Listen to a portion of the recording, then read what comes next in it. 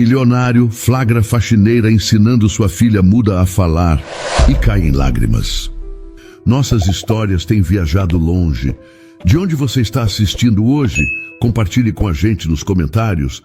Vicente Beraldi observava as luzes de São Paulo começarem a brilhar através da imensa janela de vidro do seu escritório no 20º andar de um dos prédios mais caros da cidade.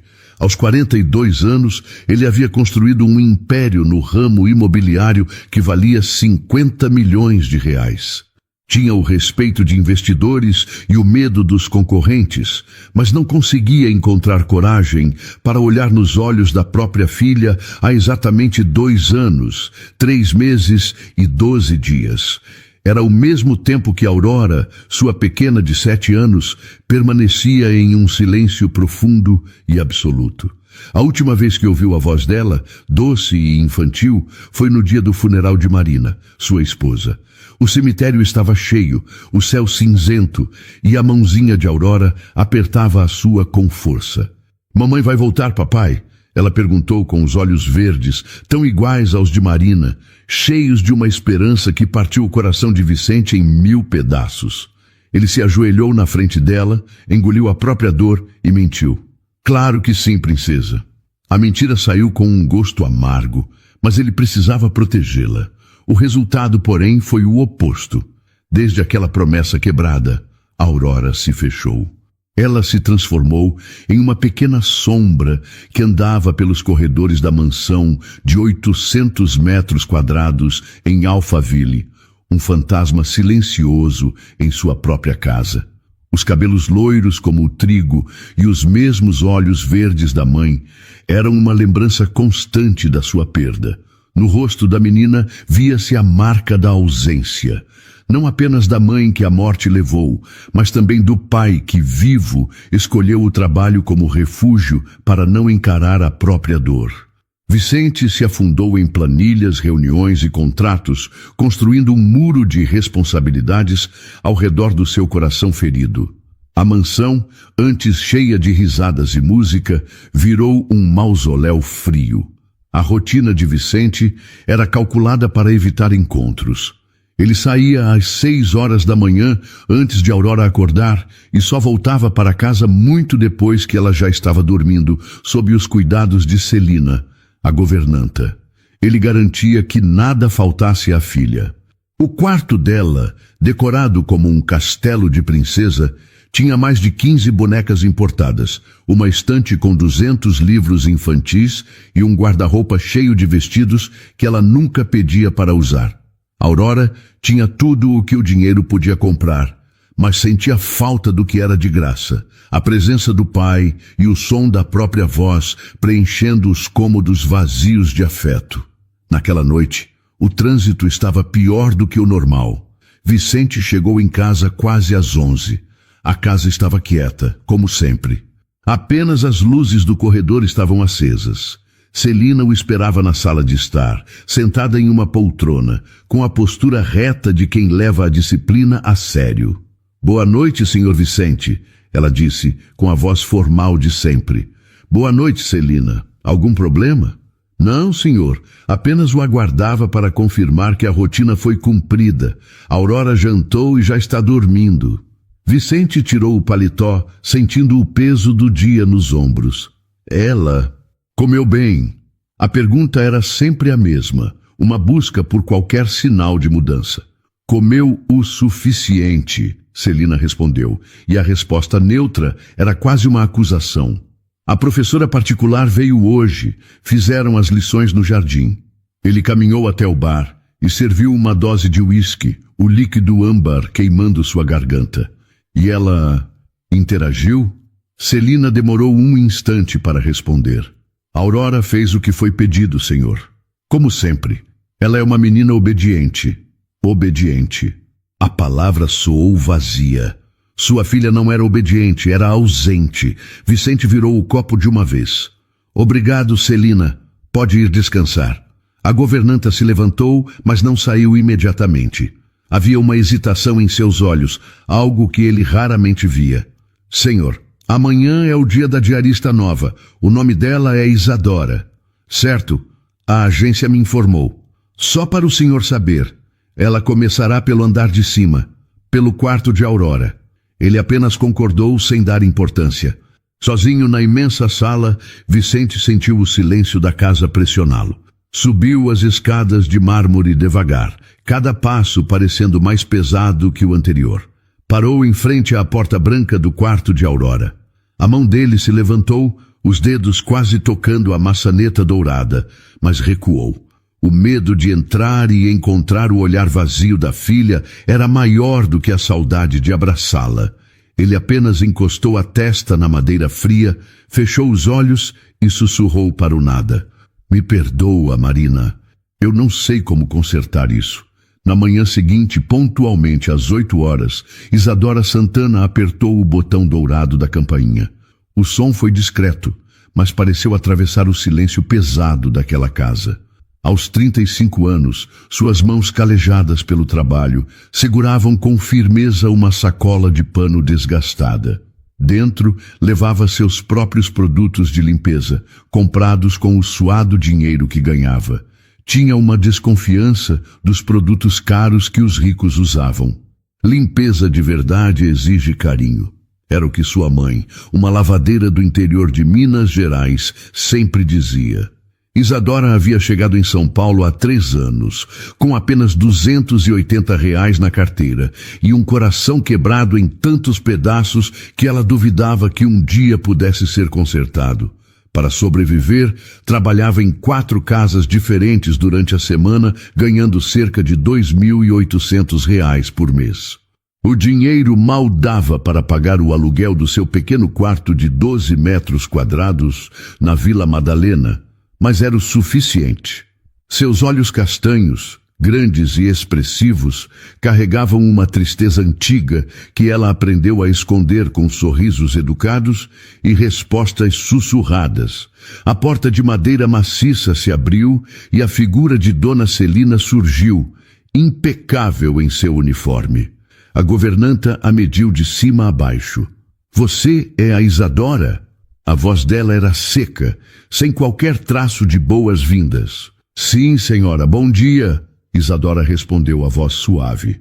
As regras aqui são claras, Celina começou sem rodeios.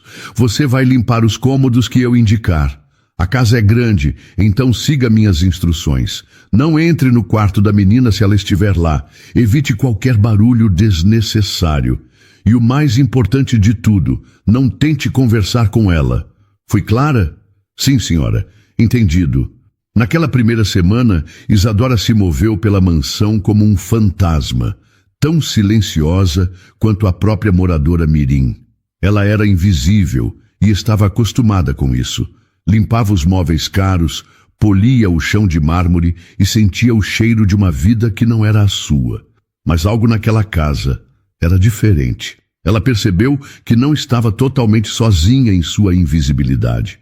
De vez em quando, sentia um par de olhos a observando. Era rápido, um vislumbre.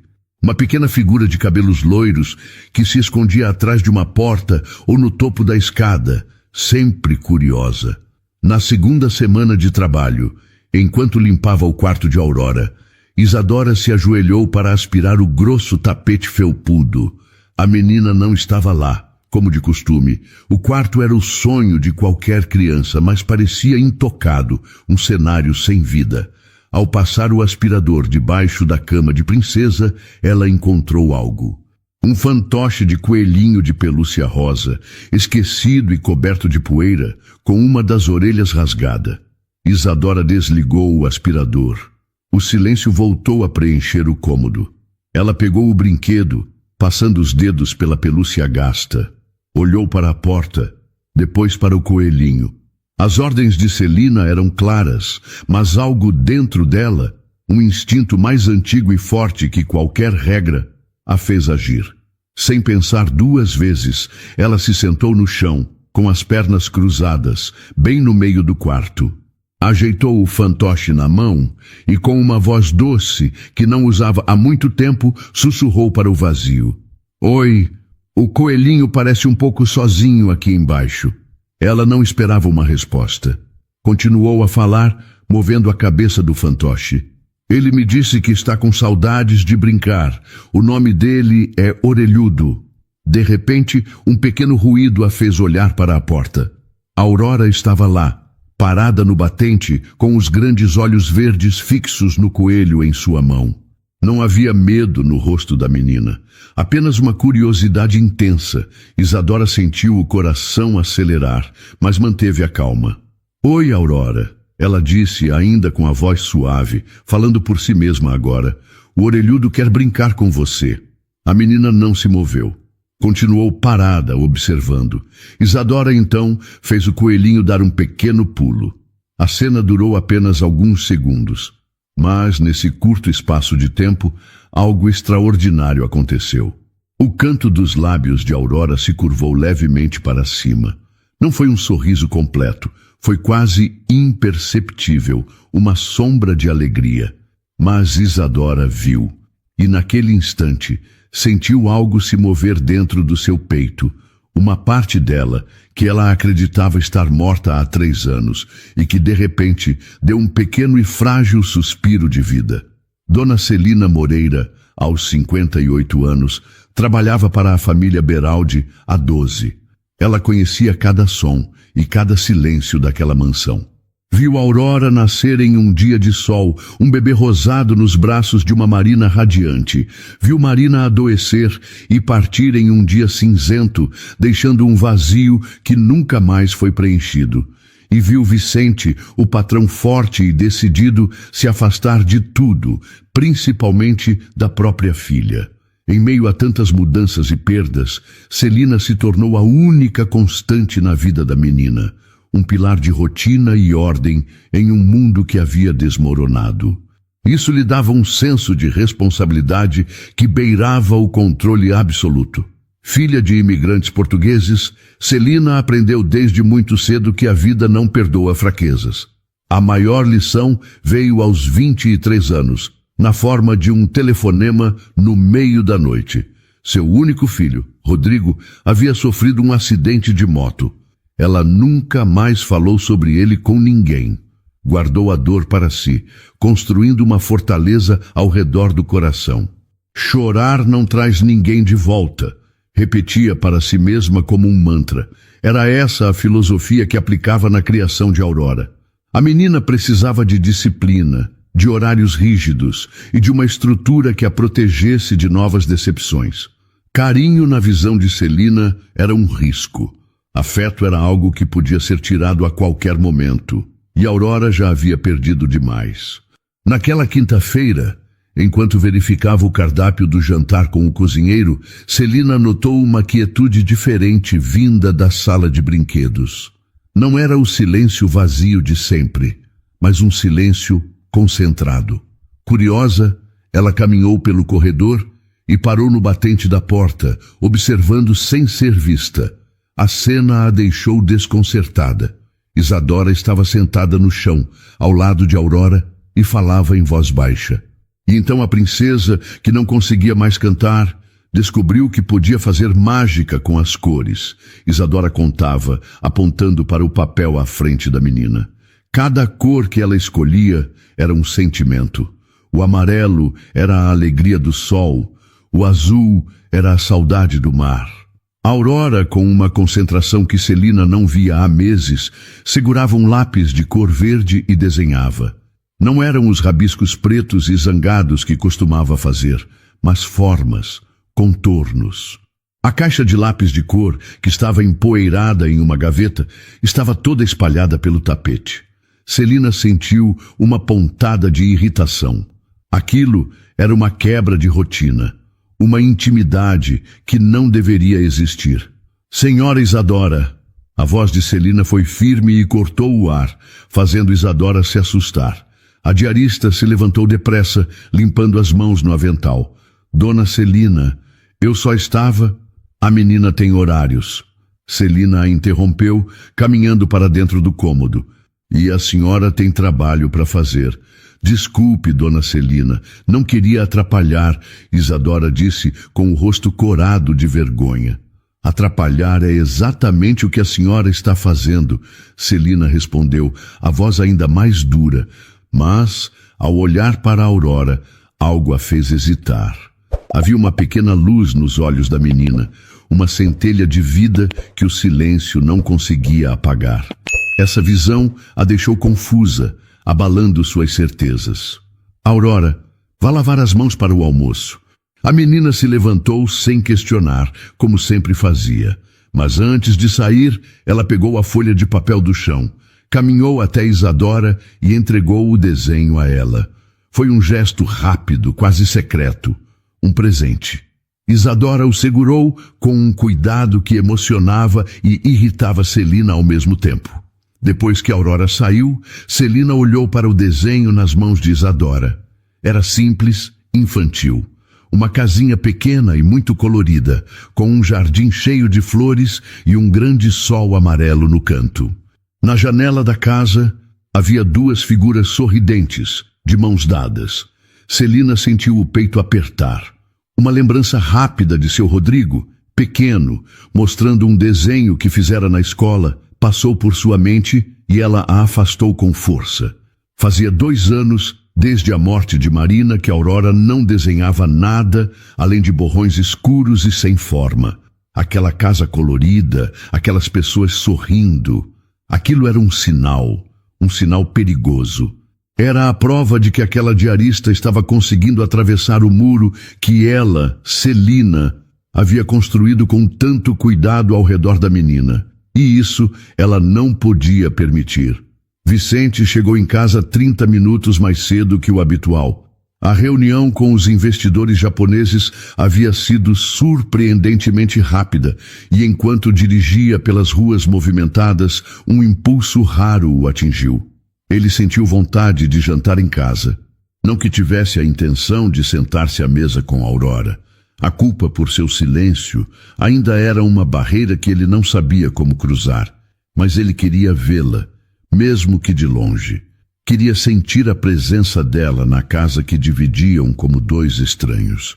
Ao subir a imensa escadaria de mármore, parou no meio do caminho. Escutou algo que não ouvia há anos. Eram risadas, sons baixos, abafados, mas inconfundivelmente alegres, vindos da sala de brinquedos no final do corredor. O coração de Vicente deu um salto, uma reação que o surpreendeu. Ele se aproximou devagar, sem fazer barulho, e espiou pela fresta da porta. A cena o fez prender a respiração. Aurora estava sentada no tapete brincando com suas bonecas. Ela movia as pequenas figuras, organizando os móveis de uma casinha em miniatura com uma delicadeza que ele não via desde que Marina era viva. Quem fez isso? Ele perguntou em um sussurro, sem perceber que Celina havia se aproximado por trás dele, com a mesma expressão preocupada que carregava nos últimos dias. A governanta olhou para a cena, depois para o patrão. É a diarista nova, senhor Vicente, ela respondeu, a voz contida. Ela tem um jeito especial com a menina. Vicente continuou a observar. Aurora posicionou uma boneca pequena, de cabelos loiros, ao lado de uma boneca maior, com cabelos castanhos. Elas pareciam estar conversando. Ele conhecia aquele jogo. Costumavam brincar os 3 juntos, papai, mamãe e a filhinha.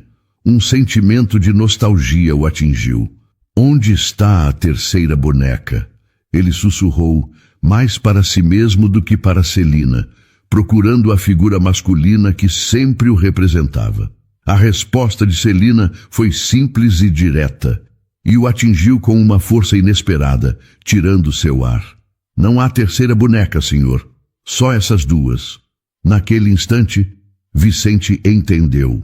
Aurora não estava brincando de papai, mamãe e filhinha. Ela estava recriando sua nova realidade, uma filha e uma mãe substituta. A ausência da figura paterna naquele jogo inocente foi uma declaração silenciosa, uma acusação que doeu mais do que qualquer palavra.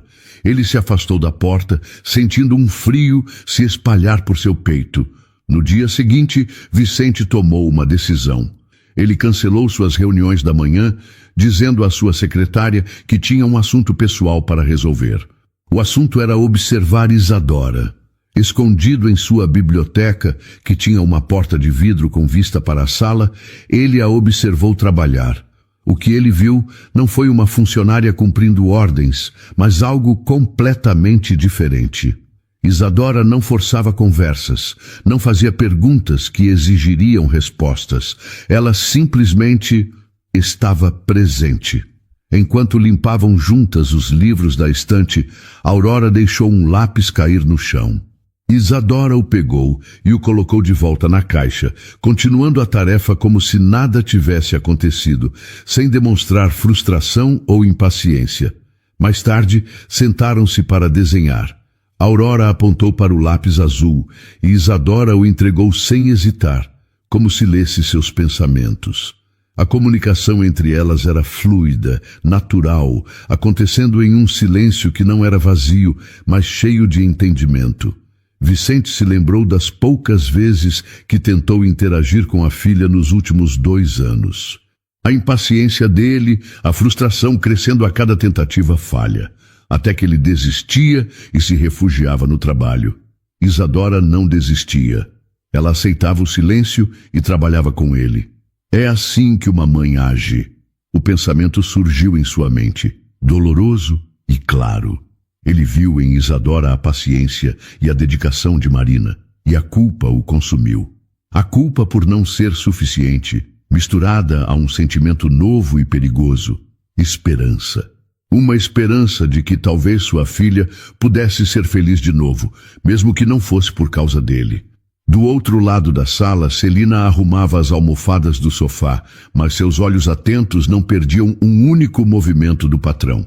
Ela viu quando ele observou a cena do desenho, viu a expressão em seu rosto mudar, viu a dor, a culpa e, por fim, aquele brilho de esperança. E foi essa esperança no rosto de Vicente que a deixou em alerta. Aquela diarista estava se tornando mais do que uma simples funcionária. Estava se tornando essencial. E para Celina, isso era um perigo que precisava ser contido. A discussão aconteceu em uma sexta-feira chuvosa. O céu de São Paulo desabava em uma cortina cinzenta de água, e o som da chuva batendo nas janelas da mansão criava uma trilha sonora melancólica para o que estava por vir. Celina encontrou Isadora na cozinha, de costas para a porta. Em cima da bancada de granito, um prato continha um sanduíche que Isadora preparava para o lanche de Aurora. Não era um sanduíche qualquer. O pão estava cortado em formato de estrela e pequenos pedaços de cenoura formavam um rosto sorridente. Foi esse pequeno detalhe, esse ato de carinho não autorizado, que fez a paciência de Celina finalmente se esgotar. Desde quando o diarista decide o que a criança come? A voz de Celina foi uma navalha no silêncio da cozinha. Isadora se virou, surpresa. Ela segurava uma faquinha, com a qual fazia os últimos retoques no prato. Dona Celina, bom dia, Eu fiz uma pergunta. Celina insistiu, aproximando-se. Isadora baixou os olhos para o sanduíche. Sua voz era quase um pedido de desculpas. É que ela não estava comendo direito há 3 dias. O purê de batatas de ontem ela mal tocou. Pensei que talvez, se fosse mais divertido... A senhora pensou errado. Celina bateu o punho fechado na bancada, e o som fez Isadora se encolher. O seu trabalho é limpar, não pensar. Aurora não é sua filha. A senhora não a conhece, não tem a menor ideia do que ela passou. Eu sei o que é perder alguém importante. Isadora respondeu, a voz baixa, mas com uma firmeza que Celina não esperava. A governanta soltou uma risada sem humor. Sabe... Por favor, e o que uma faxineira que mora na Vila Madalena sabe sobre perda de verdade, sobre criar uma criança que vive um trauma, sobre... Sei o que é enterrar um filho. A voz de Isadora explodiu. Não foi um grito de raiva, mas de uma dor tão profunda que pareceu rasgar o ar. A frase soou alta e trêmula, preenchendo cada canto da cozinha de mármore e fazendo o mundo parar por um instante. Sei o que é acordar todos os dias e desejar ter morrido no lugar dele. Ela continuou. as palavras saindo atropeladas, as lágrimas escorrendo por seu rosto. Sei o que é sentir o coração parar de bater junto com o dele. Sei o que é. O silêncio que se seguiu foi absoluto, quebrado apenas pelo som da chuva lá fora. O rosto de Celina perdeu toda a cor. Ela olhava para Isadora como se a visse pela primeira vez, sem palavras. Isadora cobriu o rosto com as mãos trêmulas, os ombros sacudindo em soluços silenciosos. Desculpe, ela sussurrou. Eu não deveria ter gritado, mas era tarde demais. Nenhum dos adultos na cozinha havia percebido a presença de Vicente, parado na porta há pelo menos 3 minutos. Ele tinha chegado para buscar uns documentos que esqueceu e foi atraído pelas vozes alteradas. Ouviu a acusação de Celina, a defesa de Isadora e, por fim, a confissão que o deixou paralisado. E logo atrás dele, atraída pelo som da angústia, estava Aurora. Os olhos da menina se moveram de Celina, paralisada, para seu pai, chocado. E então ela olhou para Isadora, que chorava encolhida contra a bancada. Naquele momento, a menina fez uma escolha. Pela primeira vez em mais de 2 anos, Aurora correu. Seus pezinhos se moveram rápidos pelo chão polido, não em direção ao pai, a figura de autoridade, nem em direção a Celina, a mulher que cuidava de sua rotina. Ela correu diretamente para os braços de Isadora. A diarista a pegou no colo por puro instinto, abraçando o pequeno corpo com força, como se quisesse protegê-la do mundo. Desculpa, princesa, me desculpa. Ela sussurrava entre os soluços, acariciando os cabelos loiros da menina.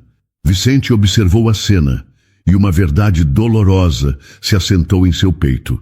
Sua filha, em seu momento de medo, não o procurou. Ela procurou a única pessoa que entendeu seu silêncio sem julgá-lo. Aurora encontrou o que ele, com todo o seu dinheiro e poder, não conseguiu dar a ela. Um porto seguro. Com a voz trêmula, mas firme, ele finalmente quebrou o silêncio. Celina, ele disse, e o nome dela saiu carregado de uma nova autoridade. Vamos conversar no meu escritório. Agora. O caminho até o escritório de Mogno e Couro foi feito em um silêncio pesado. Celina seguia Vicente, os ombros rígidos, o rosto, uma demonstração de controle que não alcançava suas mãos, que tremiam levemente ao lado do corpo. Vicente abriu a porta e gesticulou para que ela entrasse, sentando-se na poltrona onde, tantas outras vezes, ela se sentara para discutir assuntos práticos. A folha de pagamento dos funcionários, a lista de compras, a rotina da casa. Hoje, o ar era diferente. Vicente não foi para trás de sua grande mesa, o lugar que usava como um escudo. Em vez disso, serviu uma dose de uísque para si e, sem perguntar, preparou uma xícara de café de sua máquina expressa e a estendeu para Celina. O gesto simples de cuidado a desarmou mais do que qualquer grito faria. Suas mãos tremeram ao segurar a xícara quente. Doutor Vicente, ela começou, a voz embargada, surpreendendo a si mesma por sua fragilidade. Eu também perdi um filho. Vicente, que levava o copo aos lábios, parou. Ele a encarou, o espanto genuíno em seu rosto. Em 12 anos de serviço leal e profissional, aquela era a primeira vez que Celina compartilhava algo de sua vida pessoal. Rodrigo, ela disse, o nome saindo com dificuldade, como se estivesse preso em sua garganta há anos. Ele tinha 23 anos, um bom rapaz. Trabalhava em uma oficina mecânica e sonhava em ter o próprio negócio um dia. Uma noite, ele estava voltando do trabalho na moto que ele tanto amava. Celina engoliu em seco, a dor ainda viva depois de tanto tempo. O motorista do outro carro estava bêbado. Rodrigo morreu na hora. Vicente se levantou, contornou a mesa e se sentou na cadeira ao lado dela. A barreira de autoridade entre eles havia desaparecido. Celina, eu não fazia ideia. Eu sinto muito. Foi há 15 anos. Ela continuou, os olhos fixos em um ponto qualquer da estante de livros. No começo, eu achei que ia enlouquecer. A dor era uma coisa física, sabe? queimava por dentro. Mas com o tempo, aprendi que a dor só diminui quando a gente para de alimentá-la, quando a gente a tranca em um lugar seguro e segue em frente. Ela finalmente olhou para ele e em seus olhos havia uma compreensão triste. É por isso que sou tão dura com a Aurora. Por isso insisto tanto na rotina. Eu não quero que ela se apegue a pessoas que podem ir embora a qualquer momento. Como a mãe dela foi. Como Isadora pode ser. Lágrimas silenciosas começaram a escorrer pelo rosto da governanta, que sempre pareceu tão forte. Mas quando eu vi a menina hoje, correndo para os braços daquela mulher, eu me lembrei do meu Rodrigo, correndo para os meus, quando era pequeno e se machucava. E eu tive medo, doutor. Um medo terrível de que o senhor esteja cometendo o mesmo erro que eu cometi. Que erro! A voz de Vicente era baixa. Achar que proteger alguém é manter distância. A voz de Celina ganhou uma nova força. A força de uma confissão dolorosa. Eu nunca mais me permiti amar ninguém de verdade depois do Rodrigo. Eu virei uma pedra por dentro para não sentir mais aquela dor. E agora, todos os dias, eu vejo a Aurora virando uma pedra também, por sua causa. As palavras o atingiram com a força da verdade. E ele se encolheu levemente na cadeira. Celina, quase o senhor foge da própria filha como eu fugi da minha dor. Ela disse, sem acusação, apenas constatando um fato. Mas a Aurora está viva, doutor. A menina ainda está aqui. E aquela mulher, Isadora, ela conseguiu fazer algo que nem todo o seu dinheiro, nem toda a minha disciplina conseguimos em 2 anos.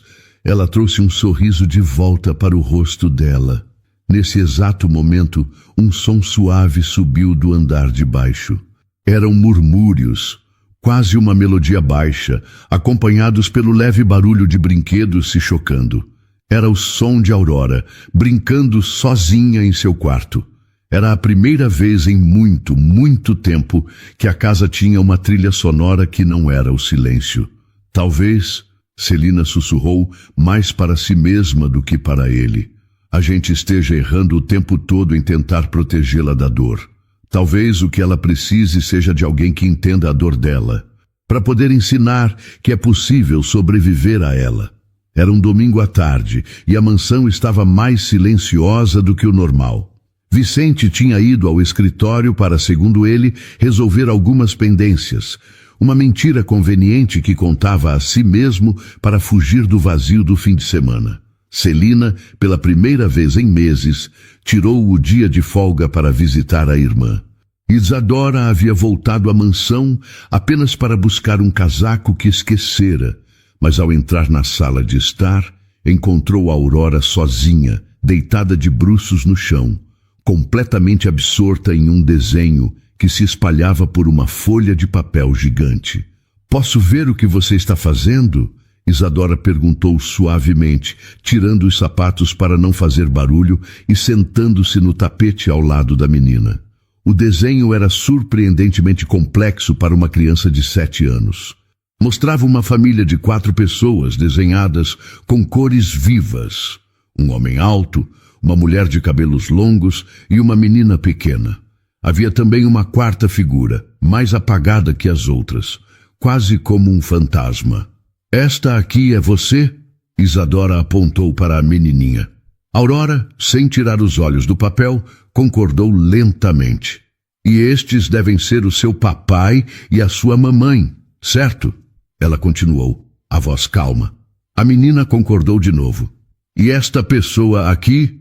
Isadora indicou a figura apagada. Aurora pegou um lápis de cor amarelo.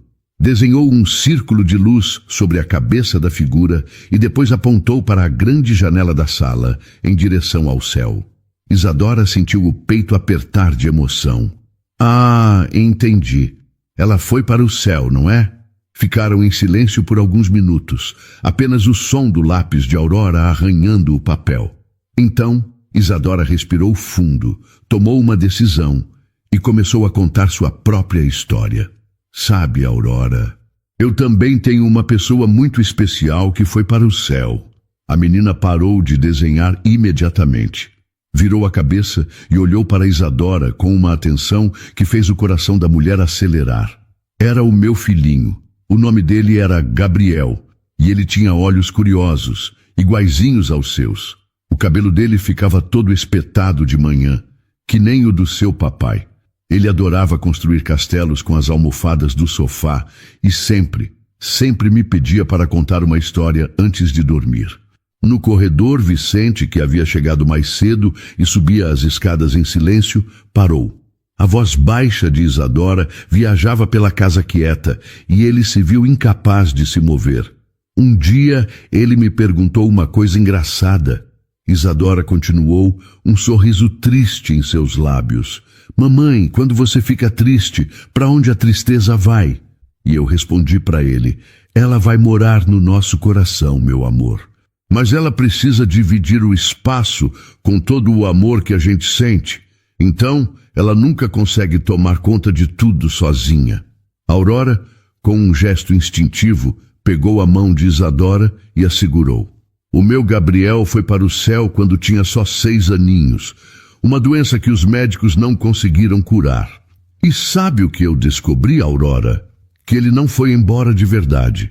Ele mora bem aqui, Isadora disse, apontando para o próprio peito, junto com toda a alegria e todo o amor que ele me deu. Com a mão livre, Aurora pegou um lápis de cor rosa e, com muito cuidado, desenhou um coração pequeno e vibrante no peito da figura apagada de sua mãe no desenho. A sua mamãe também mora no seu coração, não é? Isadora sussurrou. E no coração do seu papai também. É por isso que às vezes ele parece tão triste. O amor que ele sente por ela é tão grande que ocupa muito espaço no coração dele.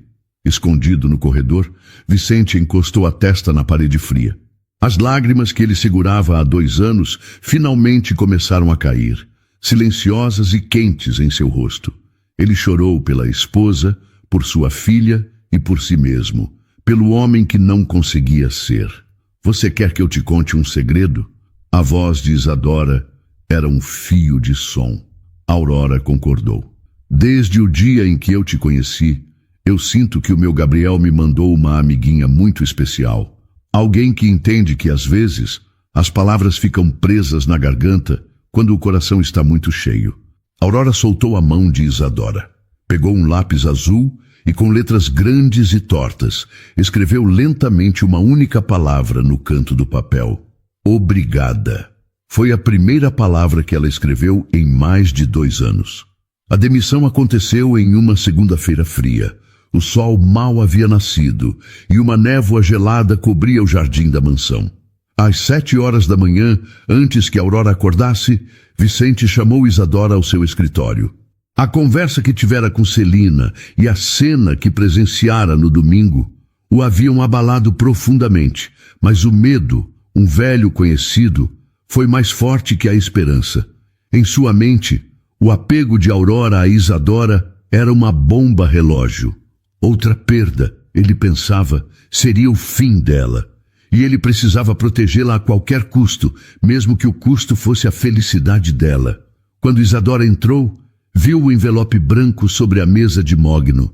Seu coração afundou. Ela já sabia. O rosto de Vicente estava cansado, os olhos vermelhos de uma noite mal dormida.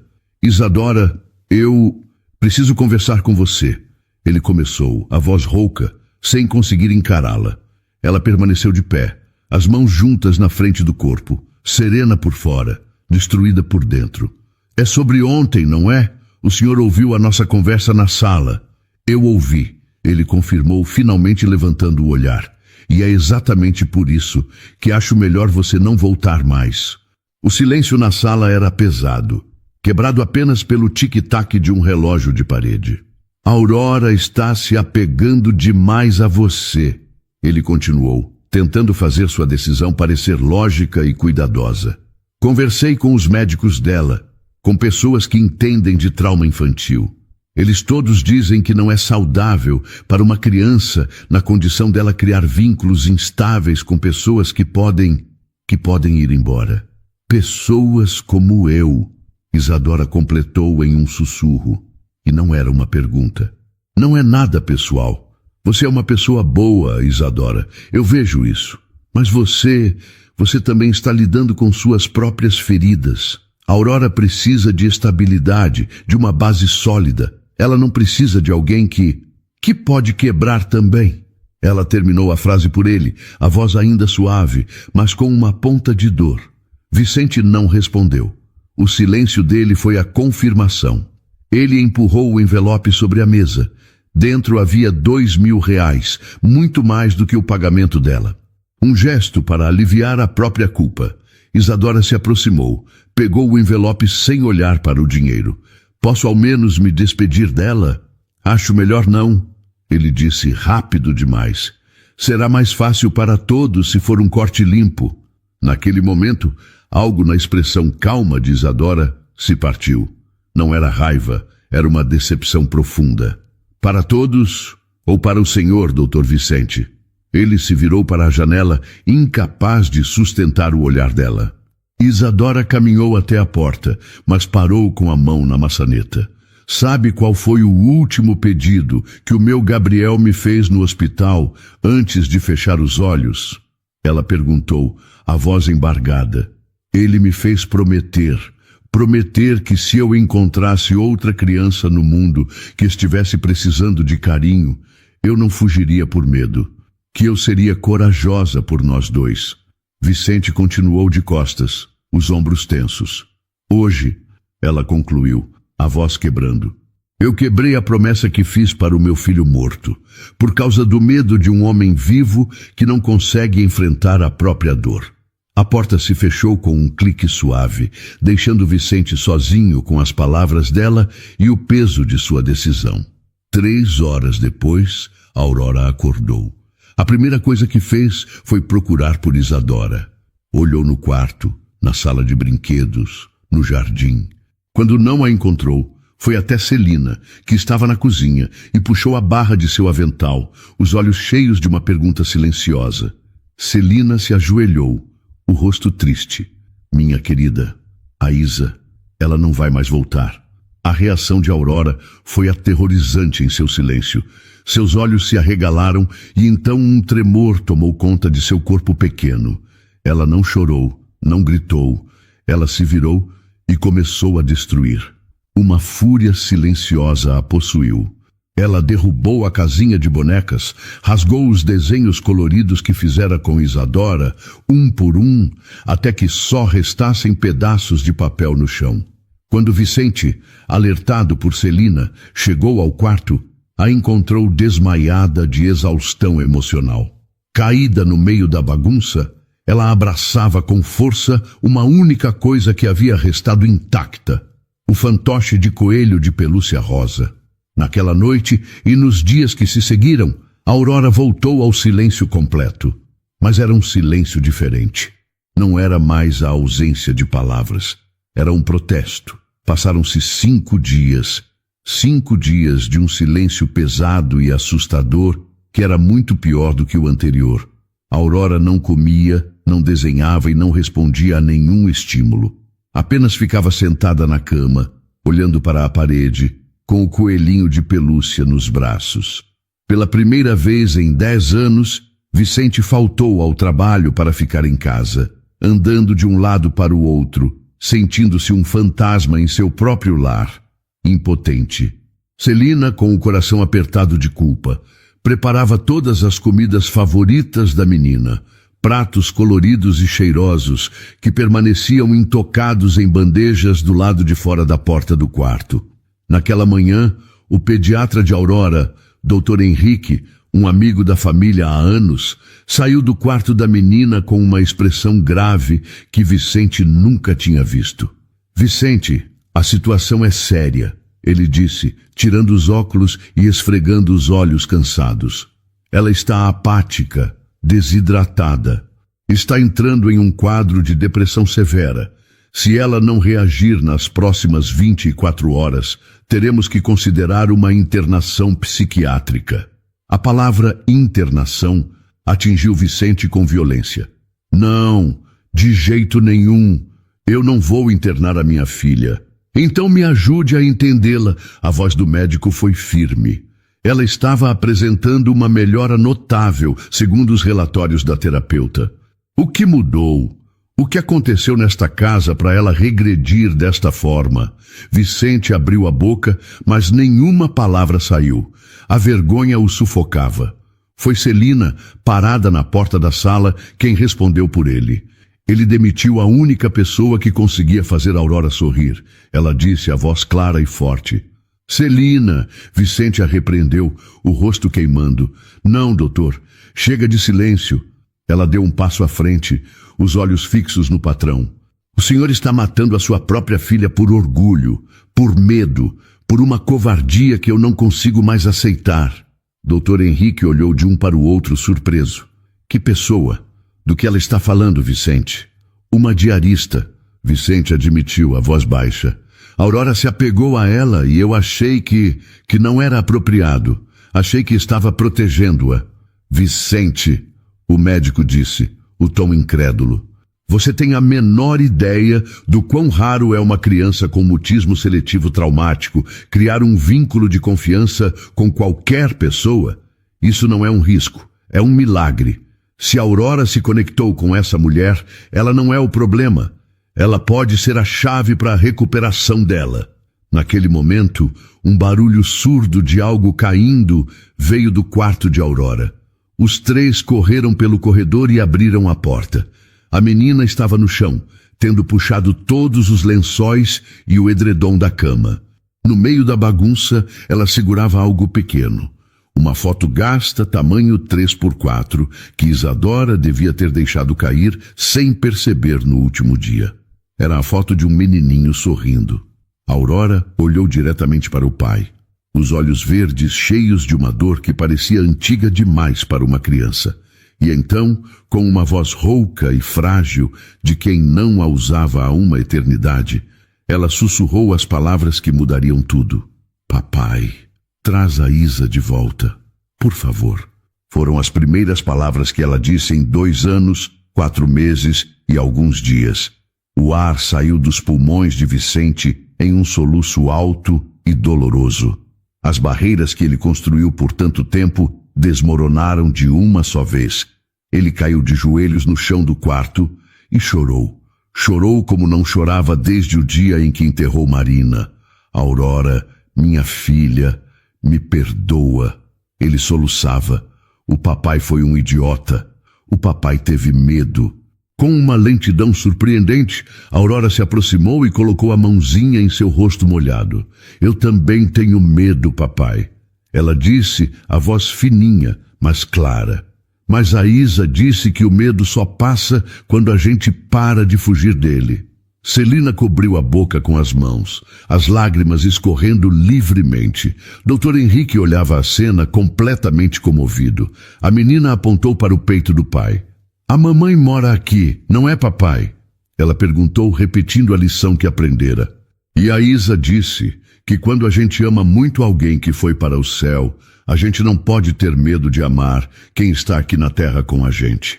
Vicente a puxou para um abraço apertado, o primeiro abraço de verdade em mais de 2 anos, sentindo o corpo pequeno e frágil contra o seu. O papai vai buscar a Isa, princesa, eu prometo. De verdade? A voz dela foi um sopro de esperança.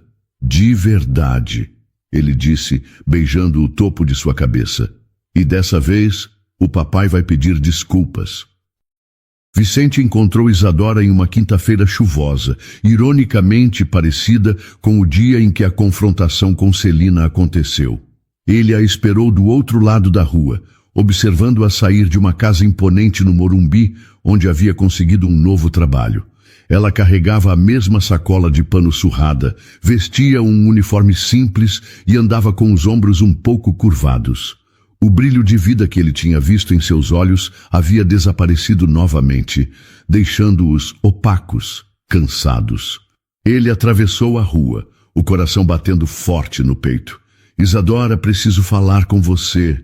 Ela parou ao som da voz dele, mas não se virou. Continuou de costas, uma barreira de dor entre eles. Doutor Vicente, com todo respeito, acho que o senhor já disse tudo o que tinha para dizer.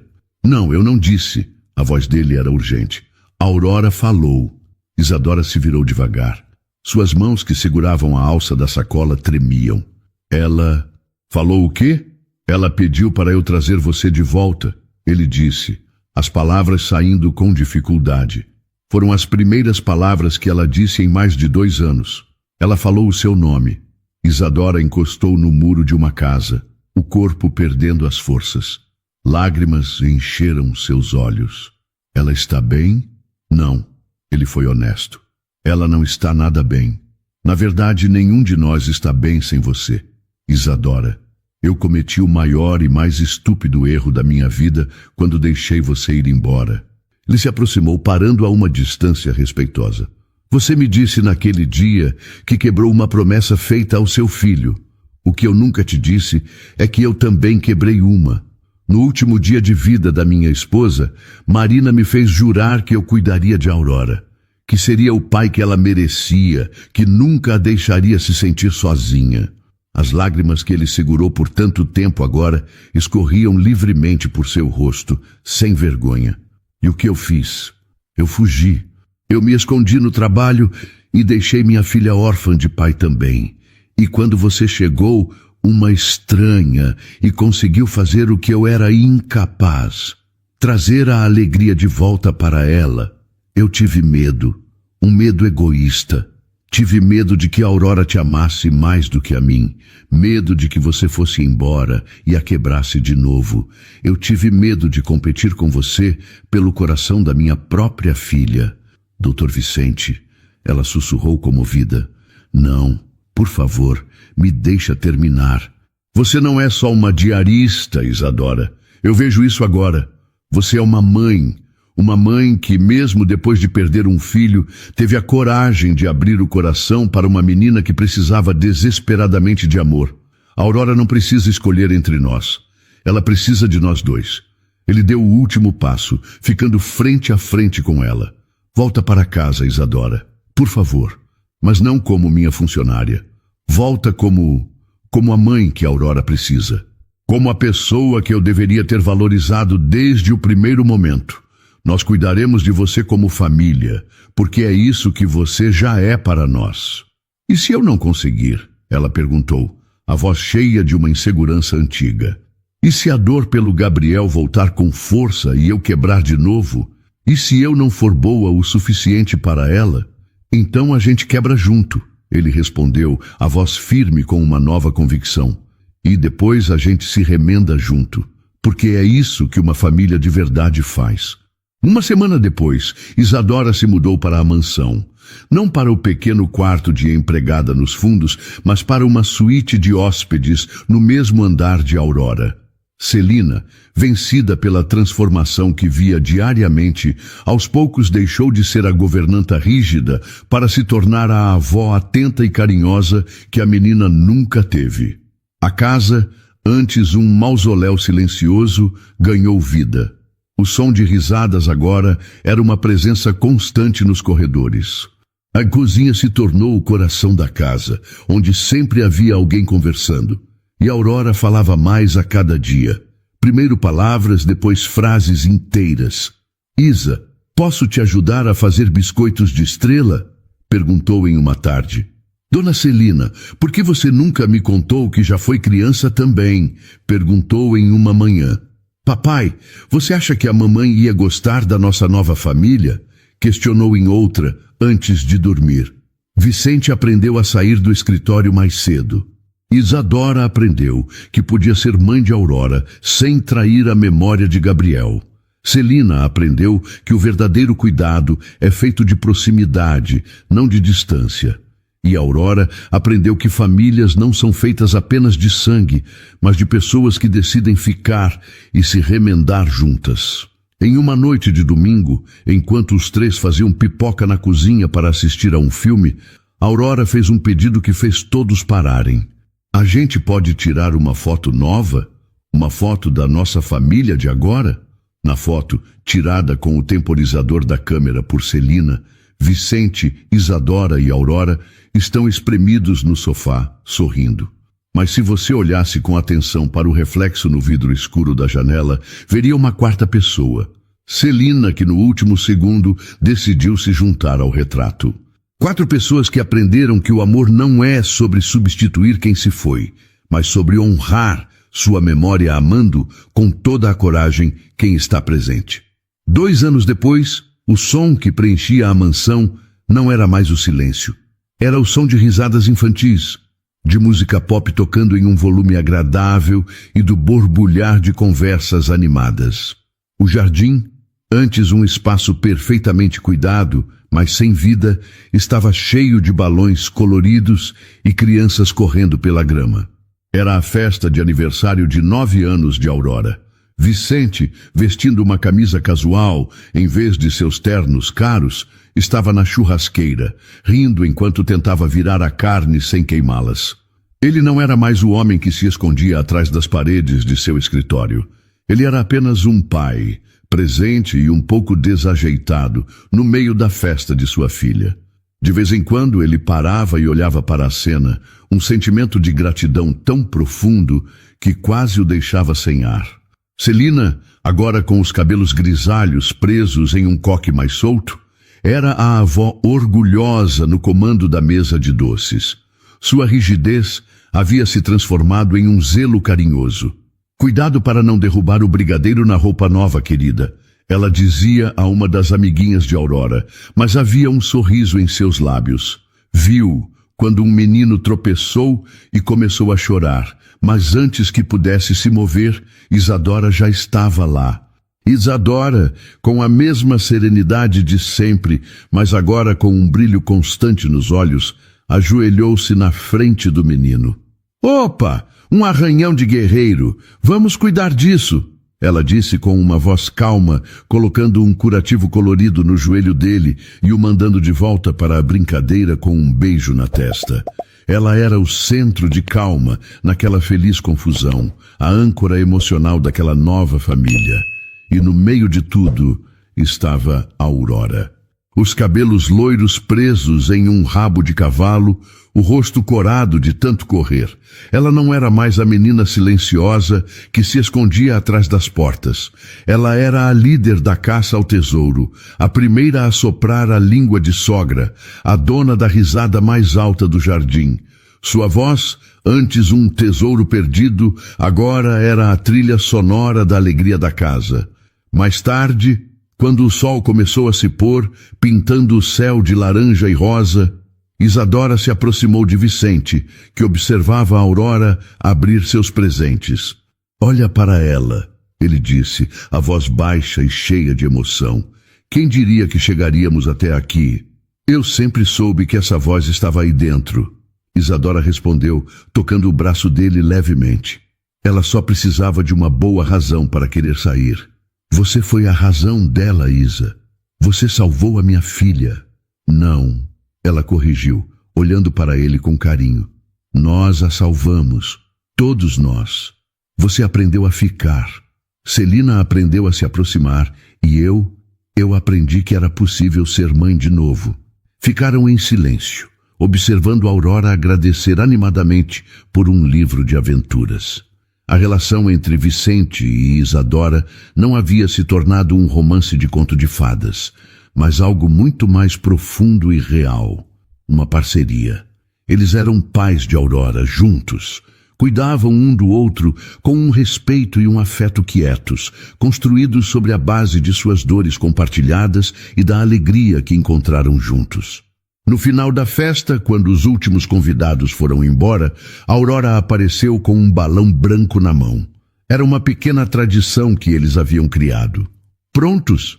Ela perguntou, olhando para Vicente, Isadora e Celina, que estavam ao seu lado. Os 3 concordaram. Este é para a mamãe Marina, ela disse, a voz clara e doce, e para o Gabriel, para eles saberem que estamos bem e que nunca nos esquecemos deles. Com um sorriso, ela soltou o fio. O balão subiu lentamente, uma pequena mancha branca contra o céu que escurecia. Uma mensagem de amor enviada para o céu. Os 4 ficaram olhando, os ombros se tocando, uma unidade silenciosa e forte. Vicente passou o braço ao redor de Isadora, que segurou a mão de Aurora, que por sua vez segurou a mão de Celina. Ali, no jardim que voltou a ter vida, a luz quente da casa iluminava 4 pessoas que eram a prova de que corações partidos não precisam ser descartados. Com paciência, coragem e muito amor, eles podem ser juntados novamente, não para formar o que eram antes, mas para criar algo novo, algo mais forte e infinitamente mais bonito. Para toda mulher que já sentiu uma perda tão devastadora, que acreditou que seu coração nunca mais teria espaço para um novo amor, que escondeu sua própria dor para cuidar da dor dos outros. Para todo homem que, no auge de seu sucesso material, se encontrou perdido em uma mansão silenciosa, fugindo da própria filha por não saber como encarar a dor da ausência. E para você que, no intuito de proteger, construiu muralhas de disciplina e rotina, acreditando que a dureza era a única forma de evitar que um coração se partisse outra vez. A história de Isadora, Vicente, Aurora e Celina nos mostra uma das verdades mais profundas e esperançosas da vida. Às vezes, a chave para curar a nossa própria ferida está em ter a coragem de cuidar da ferida de outra pessoa. A cura pode vir do silêncio de uma criança de olhos tristes, de um fantoche com a orelha rasgada, ou da vulnerabilidade de um homem poderoso que finalmente se permite chorar. Ela nos ensina que seguir em frente não é apagar quem partiu, mas sim transformar a saudade em uma lição de amor. É entender que honrar a memória de um filho ou de uma esposa não é fechar-se para o mundo, mas sim usar a profundidade daquele amor para ter a coragem de amar quem ainda está aqui, precisando de nós. É ter a ousadia de sentar-se no chão e contar uma história para o silêncio, na esperança de que ele um dia responda. E nos mostra, acima de tudo, que o valor de uma pessoa não está em seu cargo ou em sua conta bancária, mas em sua capacidade de ser humano. Um CEO pode, sim, abandonar o orgulho, cair de joelhos e pedir perdão, e nesse ato de completa rendição, encontrar sua verdadeira força. E uma diarista, com as mãos calejadas e o coração marcado pela maior das dores, pode carregar a maior de todas as riquezas, a empatia que reconstrói mundos. Que esta história seja um lembrete de que um coração bom, mesmo quebrado pela perda ou pela solidão, ainda possui uma capacidade infinita de se regenerar e de amar. E que o amor verdadeiro não é aquele que é perfeito e sem falhas, mas aquele que tem a coragem de quebrar junto e se remendar junto. Aquele que se prova não com grandes declarações, mas com um sanduíche em formato de estrela, com um desenho colorido ou com a promessa de buscar quem foi injustamente mandado embora. Não tranque as portas do seu coração por medo das feridas do passado. Às vezes, a felicidade não chega como uma tempestade, mas como um sussurro, como a primeira palavra de uma criança depois de anos de silêncio. E se tivermos a coragem de ouvir e de acolher, esse pequeno som pode se transformar na mais bela canção de nossas vidas, dando origem a uma nova e verdadeira família. E então, o que achou da história? Deixe sua opinião nos comentários. Adoramos saber o que você pensa. Não se esqueça de deixar seu curtir no vídeo para nos apoiar e de se inscrever no canal. Até a próxima!